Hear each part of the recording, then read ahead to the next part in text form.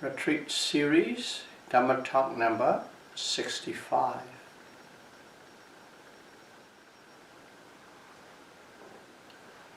We are dealing with Dhamma Vipassana, mindfulness of Dhamma. Under there are 5 groups. The first one, 5 mental hindrances, is dealing with the negative mental states, how to observe dhammas of negative mental states.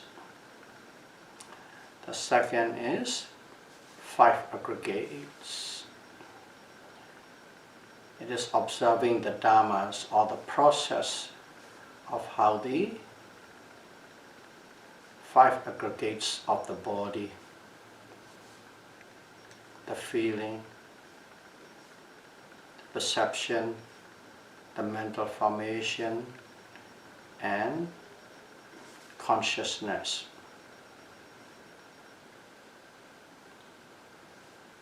It is a way to look at how a self or soul under the 5 categories.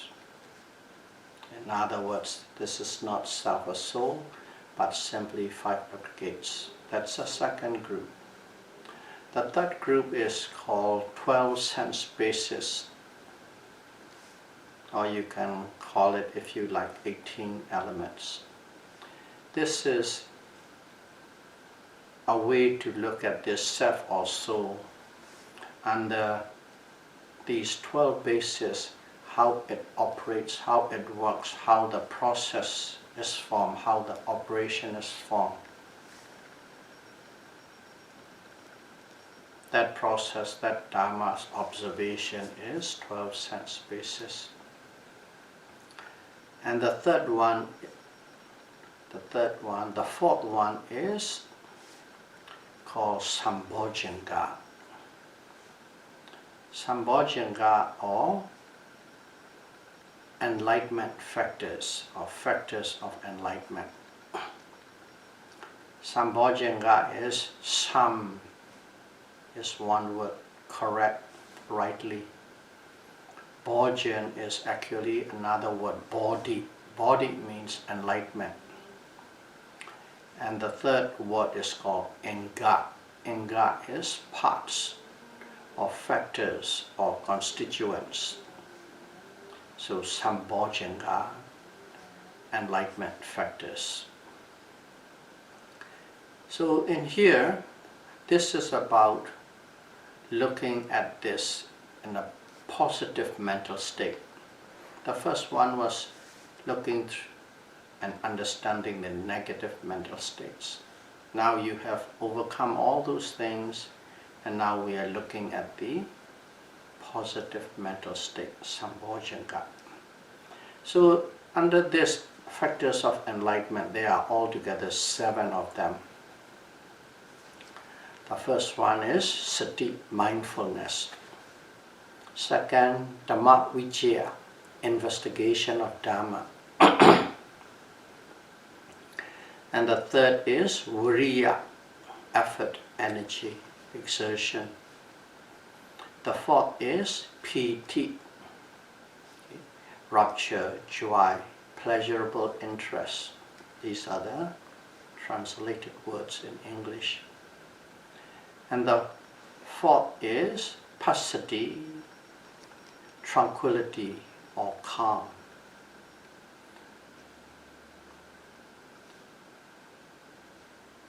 And the next one is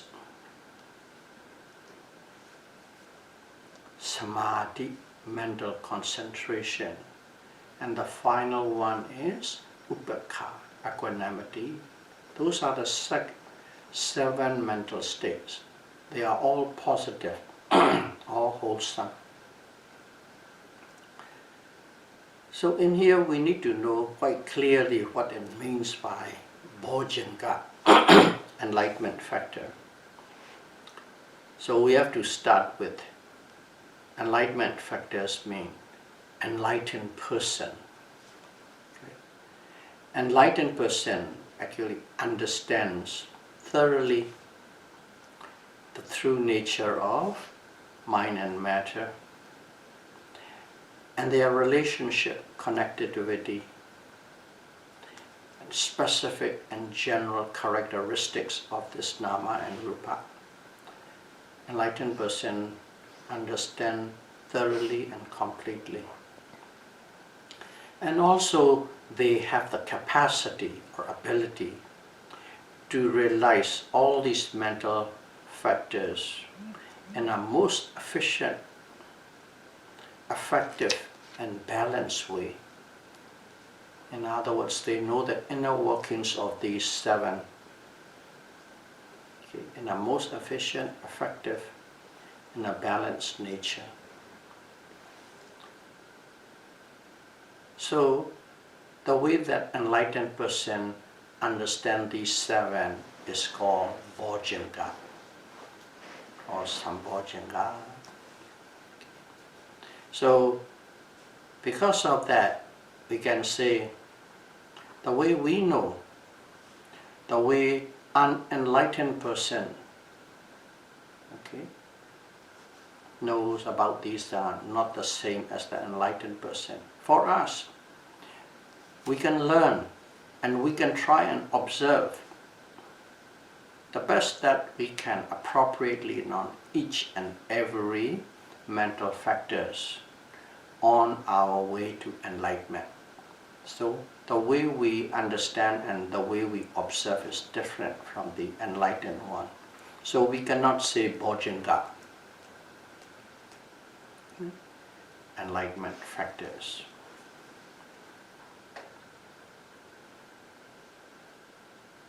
So in here, we all know we have teachers, we have great teachers in this Satipatthana Vipassana taught us.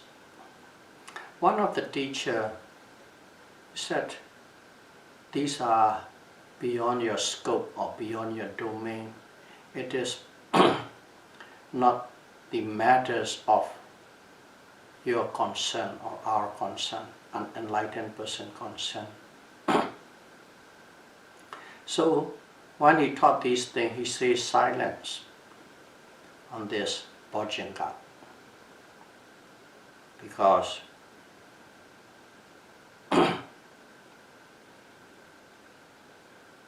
we won't be able to comprehend or understand.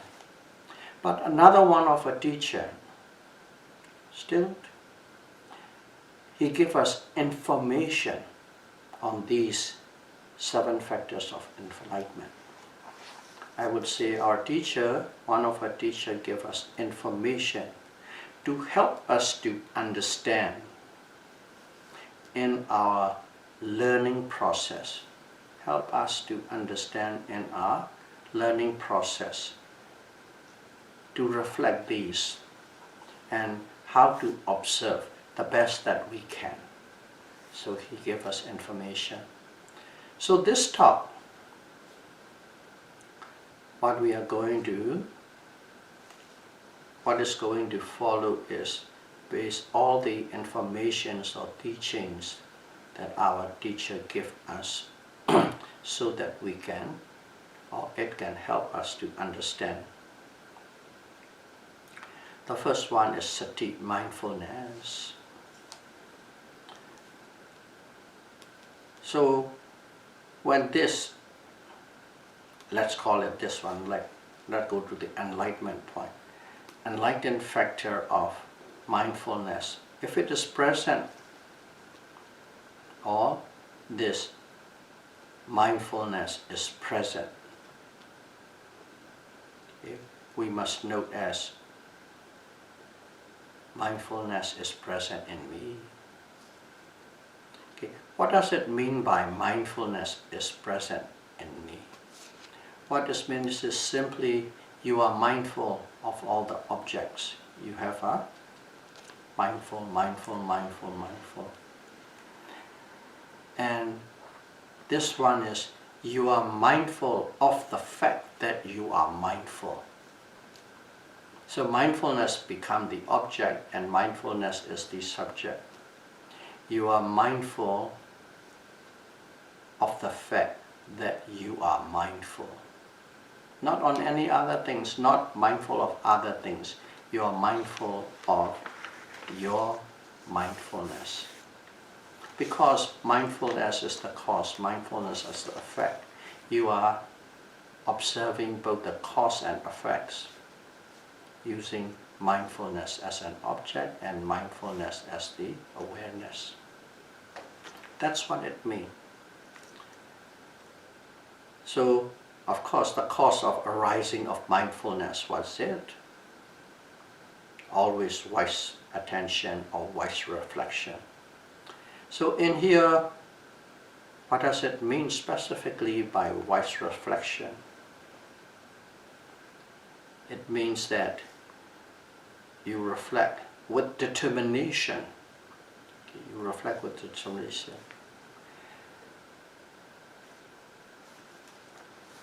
I'm going to be strongly and sharply mindful.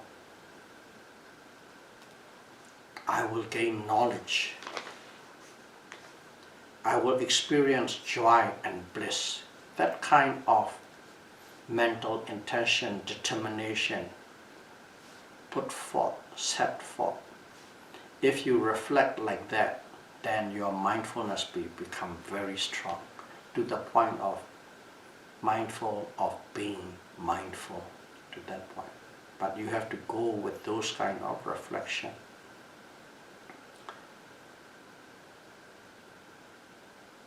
And also, here is one.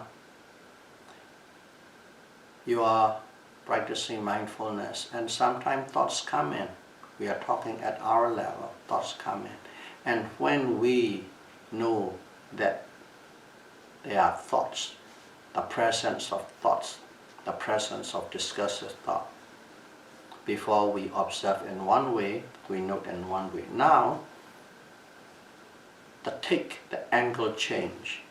When we know there are thoughts or discursive thoughts, oh, this enlightened factor of mindfulness is absent. You are not saying thinking, or anger, and so on. The thoughts come in, but the mind is, take this object as a say, there's an absence of.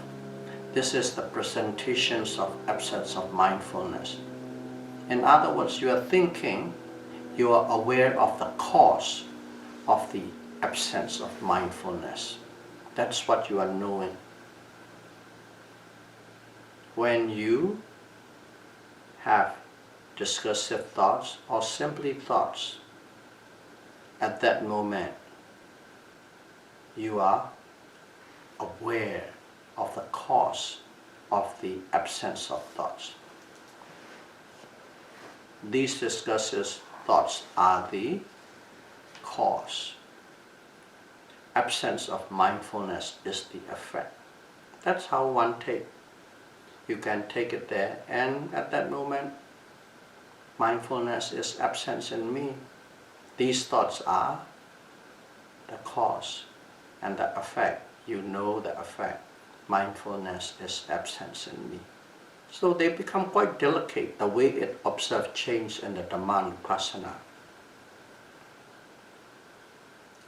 So that is sati, mindfulness.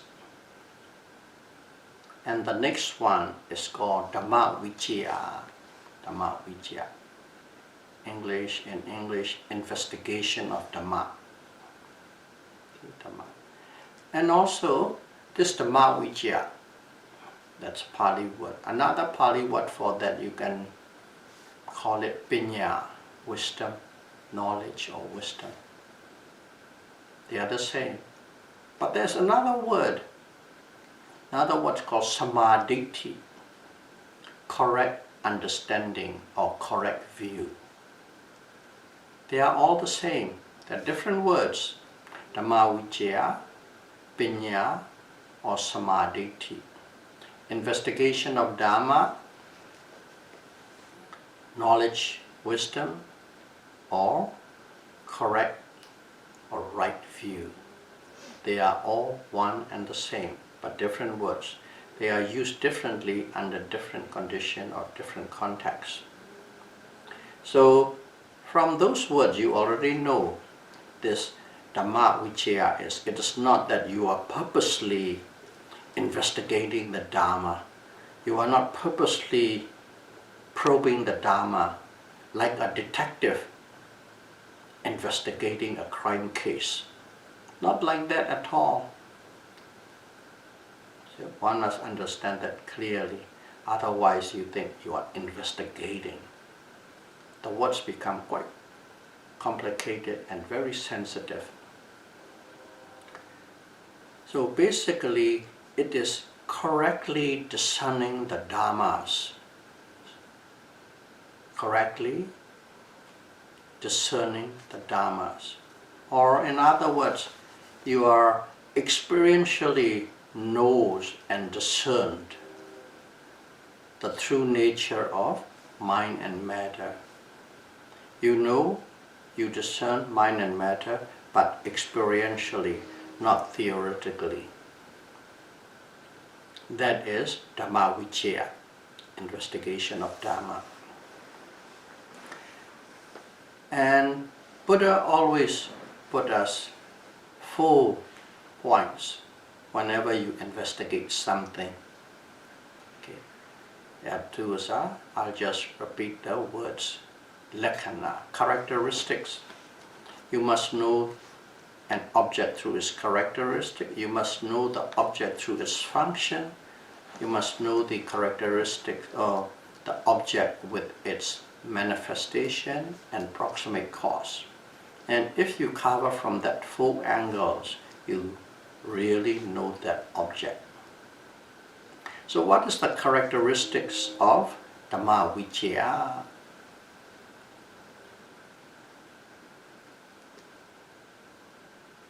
Characteristic is penetrating things or objects.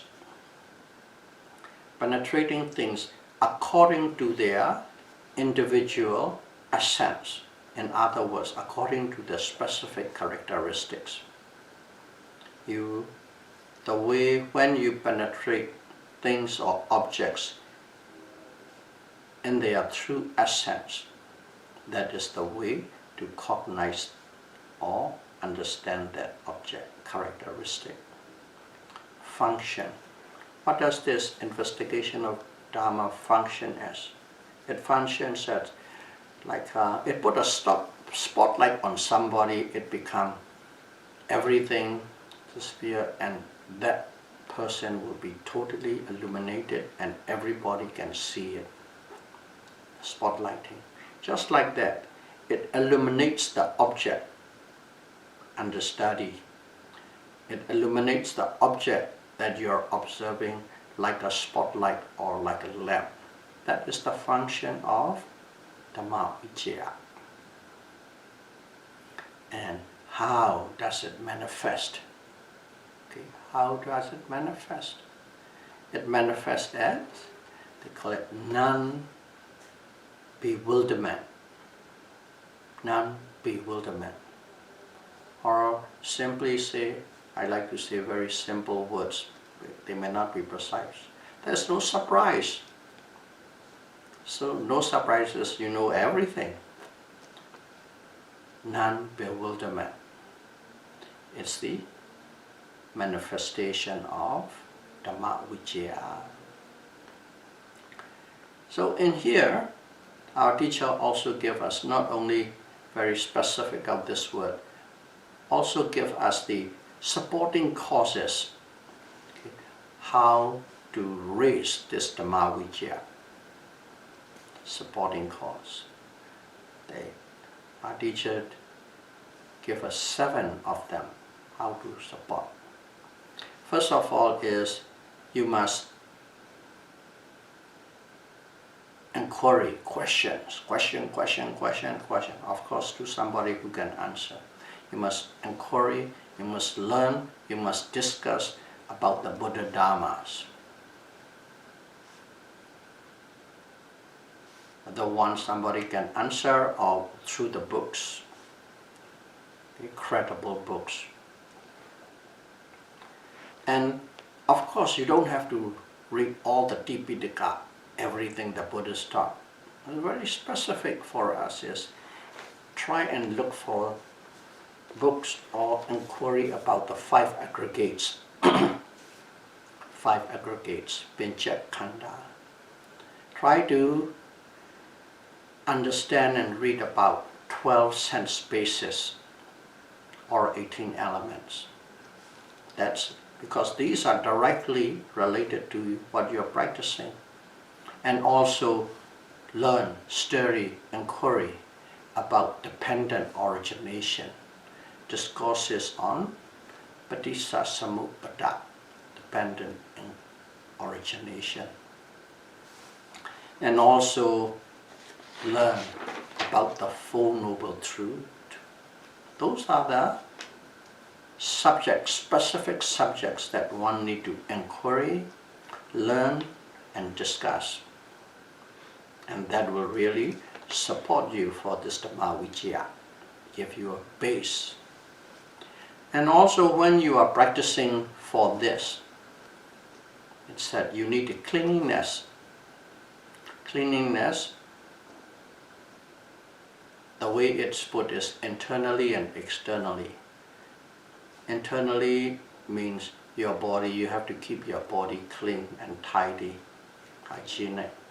And also your environment. Environment is the place you live, the room you live or sleep, the hall that you meditate, or whatever that is. For a yogi, must be clean, neat and tidy. That's a supporting cause. And the third one is, if you want this Dhamma Vicaya or wisdom or right view, you need requirement that 5 controlling mental faculties, Pinchendriya, it has to be in a balanced order. You must be able to have a balanced 5 controlling mental faculties, Pinchendriya. And number 4, of course, you avoid ignorant people. If you associate with people who cannot answer, then you won't learn anything. You avoid ignorant people. Some people, they know a little bit here and there and they shoot their mouth off. That's mean ignorant. And you associate with wise people. Wise people are people who can answer your question to your satisfaction so that you can gain confidence in them. That's a wise people. So 4 and 5. 6, now you have all these things you got from the various sources. You have to reflect, you have to think profoundly, deeply, penetratively, dissect and dissect, backward, forward, forward, backward, on the certain topic that you are reading or studying. Let's say 5 aggregates. You theoretically know in and out, backward and forward. Reflect deeply and profoundly. And the final one is, one must always incline your mind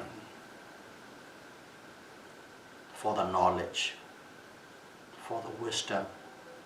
Okay? Incline your mind towards the knowledge of one, wisdom or Dhamma Vicaya at all times. That's one way of approach. Another way to present is in all full posture you must be. When you're standing, you are just engaging with this knowledge. Sitting, lying down, walking. In other words, you put this as a top priority. Those are the 7 factors that will support you to have this Dhamma Vicaya, investigation of Dhamma, or wisdom, or correct or right view, Samadhi. So I think that will be sufficient for this mental factor. The third one is viriya, effort. We have heard that so many times. We think we are master of it. But in here, when we say viriya under the sambojjhanga, it's a very quite specific, not just putting effort or energy or exertion. And here, this viriya under bojjhanga is referred to the balanced mental effort. Mental effort must be balanced, not just effort. Apply on each and every observation. Whenever you are observing an object, that effort you apply in that observation must be balanced. Not only each and every observation, one after the other, every object, it must apply a balanced effort. Only then that is the effort of bojjhanga. As long as you are with the object, observing the object, your observation is very squarely balanced. Okay? If you are squarely, if you fall squarely and firmly on the object, that effort is a balanced effort. And if you lost the object, how can you lose? Another object replaced it. Thought replaced it. Anger replaced it. If you lost the object, that means you are not applying sufficient amount of energy or effort. Object losing, the cause is you are not applying sufficient effort. And also, if you are zealously applying an excessive effort, what happened was you can't stay with the object. You can't be with the object if you put excessive effort.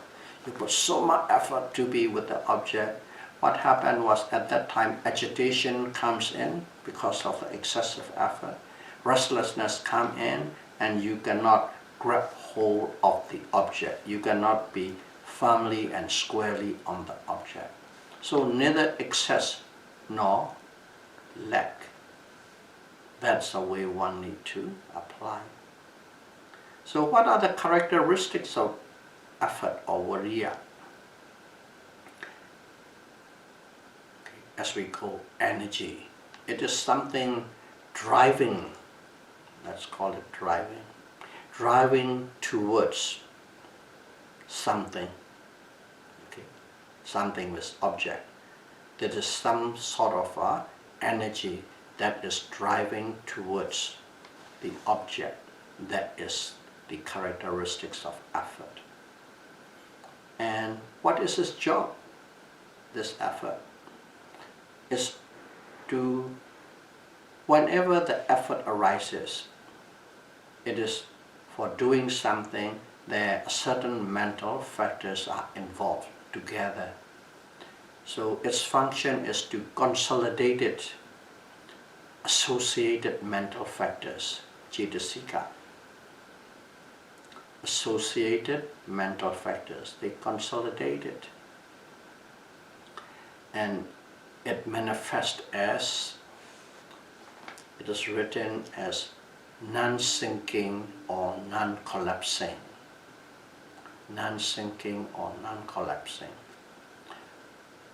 It manifests as non-collapsing because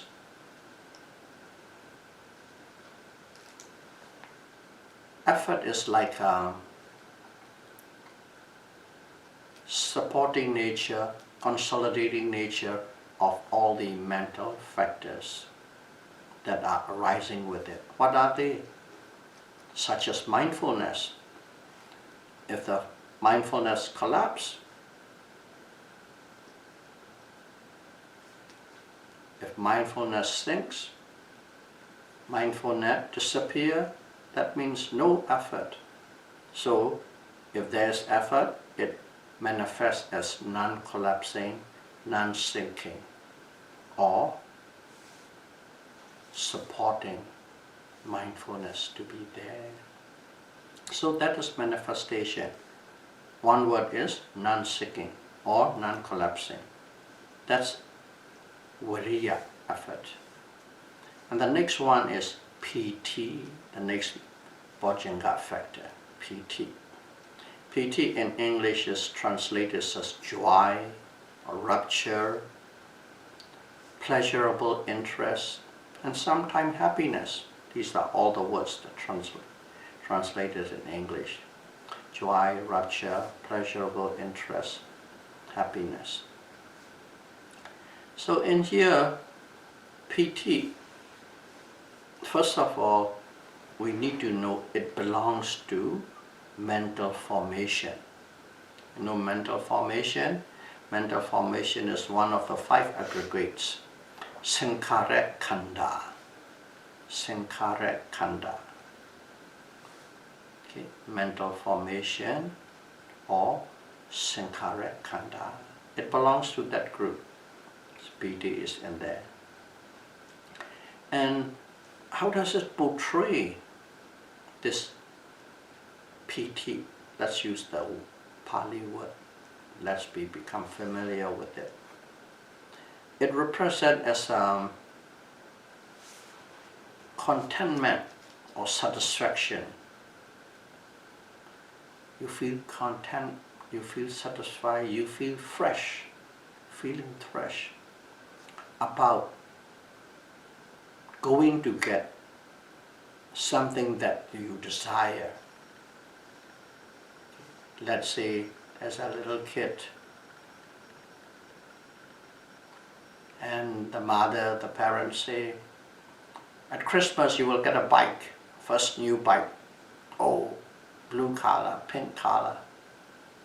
So the kid knows about it, going to get, and that thoughts always make him or her happy. Joy, oh, I'm going to get a bike.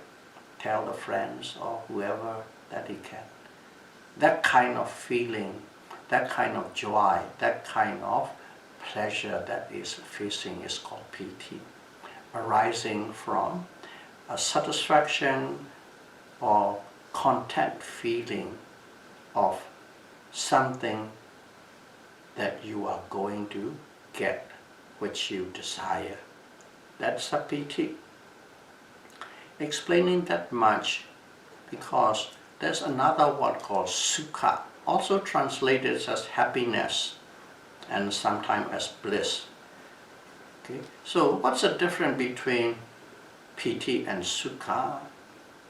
And sukha is, first and foremost, sukha belongs to the different aggregates.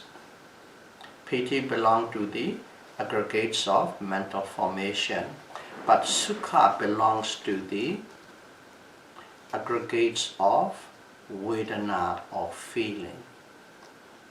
Okay? Vedana khanda, aggregates of feeling. So they belong to different aggregates. That's number one. Number two, when you have this vedana, it's actual experience. Actual experience of the desirable object obtained. That means on a Christmas day, the kids got the bike and put the hand on it, and then you feel great joyful. That is sukha, feeling. The first one is PT, joy, rapture. One is based on what you're going to get, and the other one is actually getting it, got it. They are all feelings, but one belongs to the vedana, one belongs to the sankhara. So that one is neat to know, I believe, because that's why our teacher taught us specifically for that. So in here, PT, what is the characteristics of PT? And in here I will quote the exact words. Okay. To render connascent states more endearing. To render connascent states more endearing. And this connascent state in here is the kids know that he is going to get a bike. And this PT, suddenly, as soon as he knows, he just, let's say, got a goosebumps because he wants that bike so much, he got a goosebump. That is PT. It makes that state more endearing. These PT make it more endearing. Function. How does this PT function as? It functions to refresh both the body and the mind. Because when you get goosebump, that is on the body, and also the mind is too. To refresh the body and the mind and pervade both the body and the mind. Pervasive into the body and into the mind. That's the function of PT. And manifestation, it manifests as elation. Now let's go back to the meditator, the yogi, meditating, and when he got PT arises, he feels a great elation. That's a manifestation. So in PT, we need to know there are 5 kinds. One is you feel those kind of joy momentarily. The first one is minor, just a little bit, but noticeable. And the other one is a little longer, we call it a momentary. And the third one is called wave life. It comes in like a wave, you can feel it. Like you can see the waves coming from the ocean, one wave after the other. These kind of joyful feelings come in waves. 1, 2, 3, 4. You can feel it both in the body and in the mind. And the fourth one is called uplifting PT. To put it very simply, you become very light, as if you're floating. You feel light in your body and you feel light in your mind. Uplifting PT.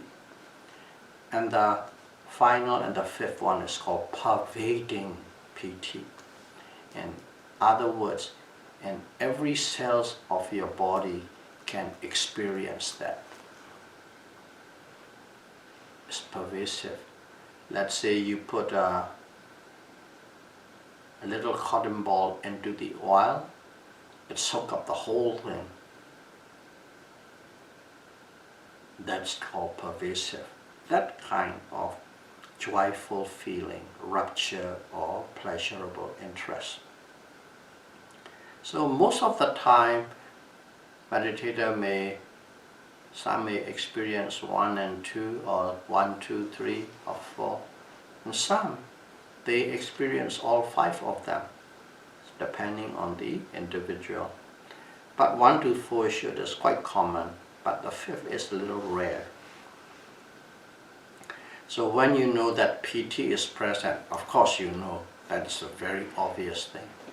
And the key thing is to be able to know there is PT arising in you and know that, oh, there is PT arising in me. In other words, you're applying mindfulness directly on the experience you are having.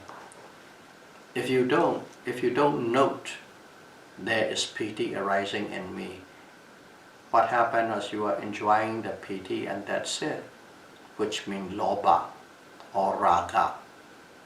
But when you are aware, when you are mindful, PT arising in me, then automatically you dissociate oneself with PT and you.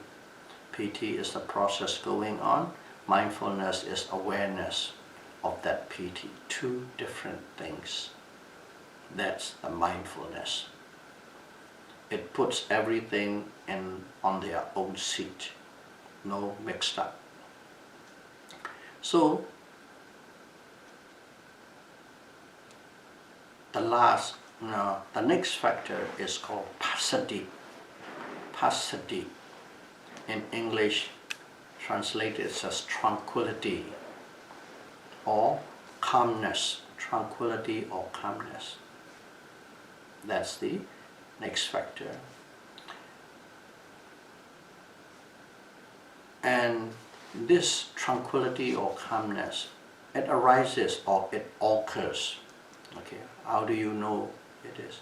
It arises or it occurs. How does it present? Let's say somebody is very tired, or there's a lot of unpleasant feeling arises, and suddenly those tiredness and unpleasant feeling disappear or subside without putting any special effort. That is passaddhi. One is tired and have unpleasant feeling, but suddenly out of nowhere they just subside or disappear without any putting special effort. That's passaddhi. It sounds weird, but let's take an example so that we can understand a little bit better. Let's say you are climbing up a mountain. Let's call it a race. You're climbing up a mountain, or you're racing. You're climbing, and here a lot of people, there's about 3,000 feet in height. We call it Grouse Mountain in Vancouver. We climb. Some people takes 2 hours, some people take 45 minutes. You just climb and climb and climb and climb. You're puffy and tired and short of breath, but you still go. You're very tired. The closer you get to the end, the more tired you get. And finally you get to the mountain top. And the mountain top, you just sit down on that rock slab and then look out to the view, and then you give a big sigh. And at that moment, suddenly you feel peace, you feel calm, you feel tranquil. Okay? You just feel totally, weight is lifted off you. But you were tired, you were climbing for hour and hour, constantly, very tired. But at that moment there's no tiredness. Instead, there's that calm. That is passaddhi. To see it in a way that we can understand. And in meditation, you are practicing, and suddenly you put a lot of effort, sometimes tired, sometimes you're constricted, restricted. Your mind rebel against everything, but you keep on doing, and at one point you feel that suddenly, out of nowhere, everything stops, and then that calm and tranquility arises. That's the passaddhi. So, now we know what passaddhi is.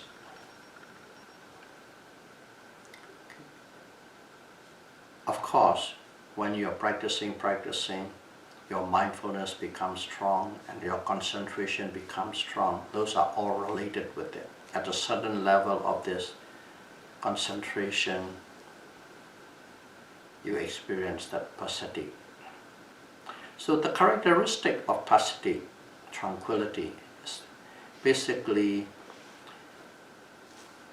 it calms all the disturbance that is in your mind, okay, consciousness, citta, and also in your cetasika, mental associates.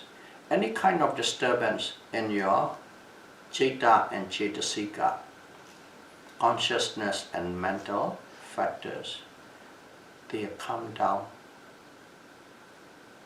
They calm down all the disturbance. That's the characteristics of it. And what is its functions? The function is to eliminate any and every disturbance. That is their function. They eliminate it. And manifestation, it manifested at that moment. There's your mind, okay, your consciousness and your mental associate, let's call it your mind, is like in activity. It's not busy, it's not walking, it's not restless, it's not agitated. In activity in the mind, you will notice. In that inactivity in the mind, there will be a coolness. That is how it manifested, in activity or coolness in the mind. Mind means both consciousness and mental factors. And what are the supporting causes? How can you make it arise? Of course, you are practicing. We are not talking about the proximate cause. We are talking about proximate cause. How to raise this passaddhi, how to raise the tranquility. And here, proximate cause are, one need to eat a suitable food. Okay, suitable food. That is suitable to you, not too much, not too little.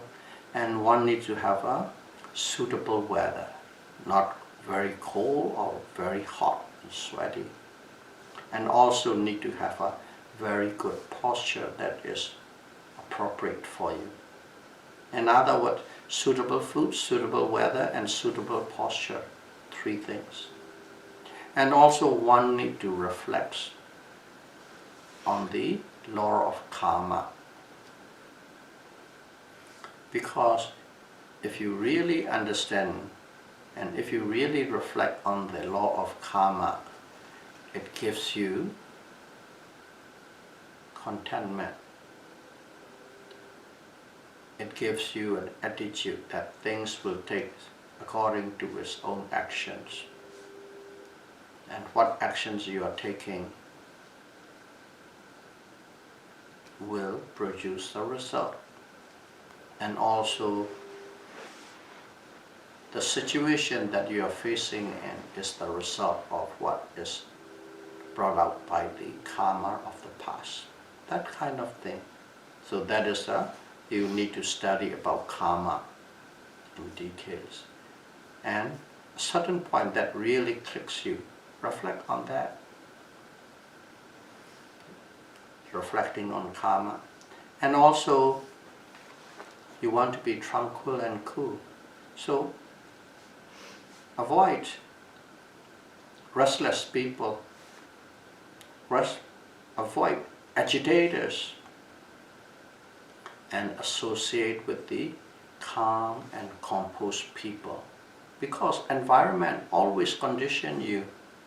If your environment is noisy, agitating, things like that, that affects you. If the environment is calm, you become calm. Very simple, but Buddha stressed very much on the influence of your environment, both animate and inanimate. And finally, of course, always incline your mind towards the coolness and calmness. If you incline your mind, that is where you will be going. So those are the supporting factors how to raise passaddhi, tranquility or calmness. The next one is samadhi, mental concentration. Okay, so I think everybody is quite familiar with the samadhi. So it is the ability to stay or to stuck with an object, that's samadhi. If you can stay with an object, stuck with that object, you have established samadhi. If it is a moment, you mudra, momentary concentration, kanika samadhi. But if you are practicing samatha, then it is repeatedly on the same object, unbroken. That is samadhi. And characteristic, the characteristic is your mind doesn't wander, non-wandering. Non-wandering. If you have concentration, the mind doesn't wander, or in other words, non-wandering or non-distraction is the characteristics. Function. The function is to keep or to glue all the associated mental associates, to glue all the mental associates together.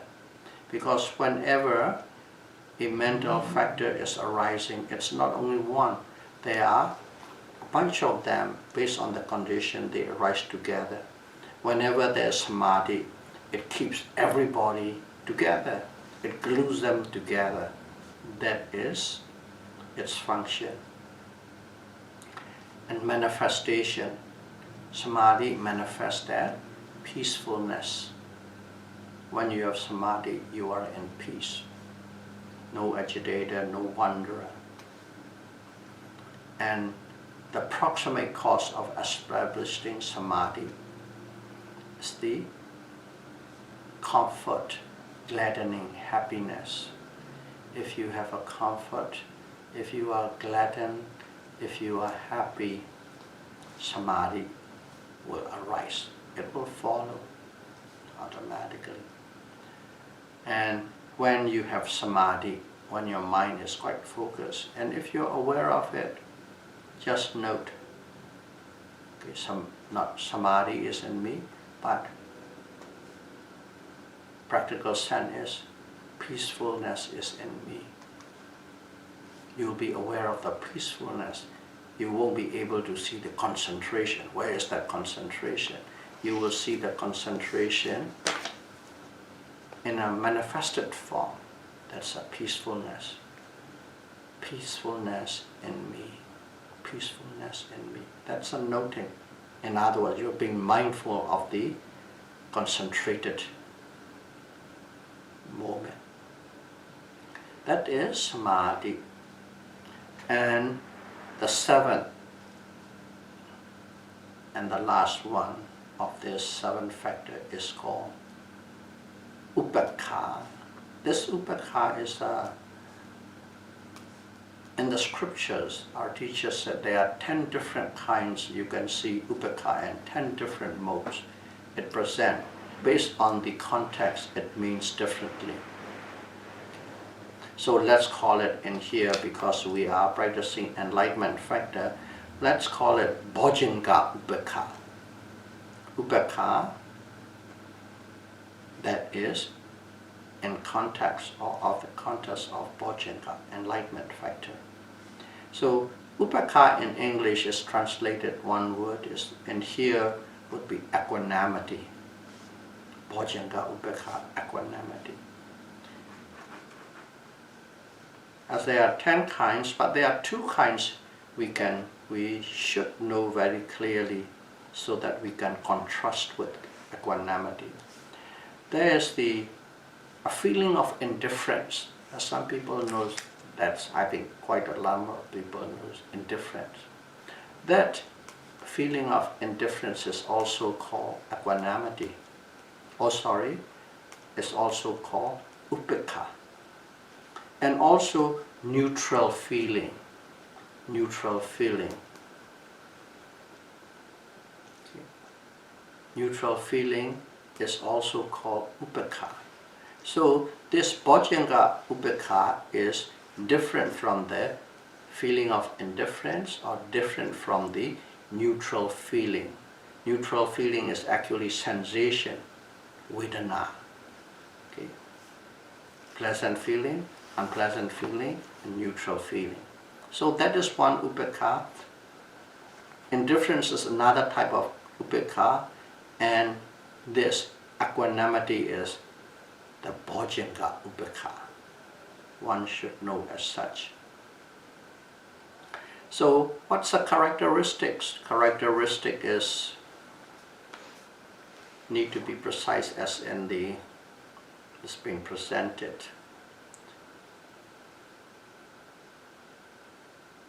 Conveying this equanimity conveys the mind, consciousness and mental factors evenly. In other words, when there is equanimity, the mind, that's split into two, the consciousness do its own job perfectly and the mental factors do their own job perfectly, not in excess, not in lack. Evenly, if there's equanimity, they are, in other words, each is functioning with the top efficiency for what they are supposed to do. That's called conveying evenly onto the consciousness and mental factors. The function. The function is basically preventing deficiency or excess. It prevents deficiency or excess, or it inhibits partiality. It becomes impartial. It inhibits partiality. That's just its job. You can call it prevent deficiency or prevent anything to come into excess. What deficiency? Of the consciousness and the mental factors. And it inhibits partiality. Okay. So, what is this manifestation? Manifestation is obvious. It creates a neutral zone, neutrality, a feeling of neutrality, impartiality in everything that one faces. You have that mental state. And what are the supporting cause, or the cause that make you raise equanimity, supporting cause to raise equanimity? And one has to bear first and foremost, okay, in general, these are the supporting causes, that mean general or distant causes. One has to bear detached attitudes whenever you face things or objects, whatever, animate, inanimate, whatever it is. When you are dealing, facing, engaging, keep a detached attitude. Detached attitude doesn't mean walk away, doesn't mean indifference. Okay? You are still engaging, you are still doing, but you do it with a detached attitude. And also avoid people who are egoist, who have so much ego. I know. That's it, Mr. No. People who are egoists towards against things or beings, animate or inanimate. And of course, always incline your mind towards equanimity. Those are the supporting causes. Keep detached attitude, avoid the Mr. Know-it-all, and incline your mind towards equanimity. And so there are 7 causes, 7 factors. All these 7 factors, the cause of 7 factors to come into perfection. What's the cause? The cause is Arhata Megha. Okay. Path wisdom of Arhat. Arhata Megha. That's the cause. And once a person has this Arhata Megha, that one, which means the enlightened one, dwells, knowing all these factors are rising and passing away internally and externally, and also realizing there are only these 7 factors 7 mental factors. They are only these 7 mental factors, but nothing else. There's no such thing as a being or a self or a soul or a person or individual. Basically just simply these 7 factors. They are also arising and passing away. And then the Arahata, or the enlightened one, lives independently without clinging to this world of animate world and inanimate world. So may all of you be able to practice mindfulness insight meditation, and may you be able to attain Arahata Magga and live independently without clinging to this animate and inanimate world as soon as possible. Sadhu, sadhu, sadhu. Thank you very much.